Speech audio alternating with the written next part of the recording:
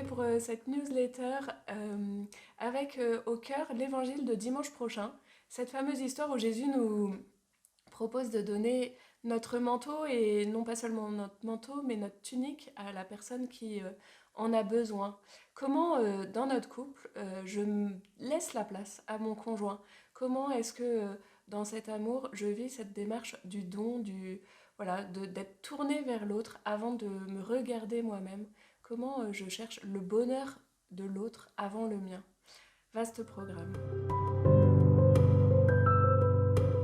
Concrètement, ce qu'on vous propose pour votre temps en couple, c'est après avoir prié, de se dire, voilà, de prendre une journée, c'est peut-être celle d'aujourd'hui, peut-être celle d'hier ou celle de lundi, à vous de voir, de choisir une journée pour vous dire, mais sur cette journée, comment j'ai laissé du temps, comment j'ai laissé de l'espace à mon conjoint de vivre, d'exister, comment peut-être moi je me suis mis en retrait pour lui donner ma tunique, pour que l'autre puisse simplement exister et avoir cette joie d'être présent.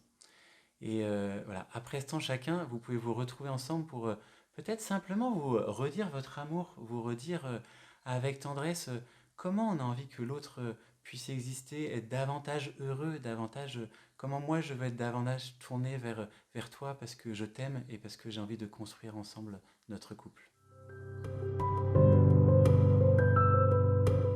Un peu plus largement, en fait, cet évangile peut nous questionner, nous interroger un peu plus, en tout cas avec Basile.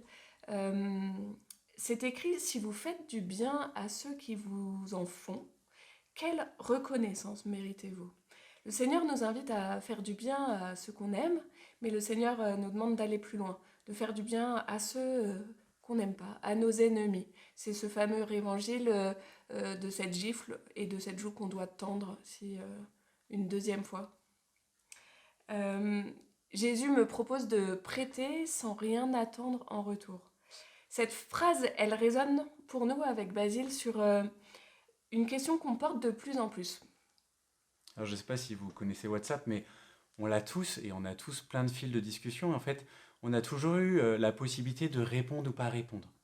Et puis, les choses se sont complexifiées. Maintenant, je peux regarder sur mon téléphone en descendant pour avoir un message sans montrer aux autres que j'ai lu. Comme ça, je dis, je le vois plus tard. Ou je me dis parfois, personnellement, hein, bah, je ne montre pas que je l'ai vu. Comme ça me laisse le temps de la réponse ou de répondre quand je veux. Et puis, premier niveau de maîtrise. Et puis récemment, les choses se sont complexifiées avec la possibilité de désactiver l'option j'ai lu. Ce qui fait que même si je regarde un message, les autres ne peuvent pas savoir que j'ai lu. On avait envie de mettre en parallèle cette question des réseaux WhatsApp avec cette parole du Christ qui nous dit de donner largement sans attendre en retour. Voilà, de pouvoir répondre sur ces fils WhatsApp euh, sans attendre. Voilà, ce que les autres peuvent penser de moi, ce que les autres vont croire que je donne, croire que je pense que. Et on sent bien petit à petit que à travers ces choses toutes simples de discussions anodines, à quel point on peut blesser les uns, blesser les autres. Voilà, prenez l'exemple de vos discussions familiales. Ah, un tel a répondu, ah, un tel n'a pas répondu, mais il commente les photos des autres.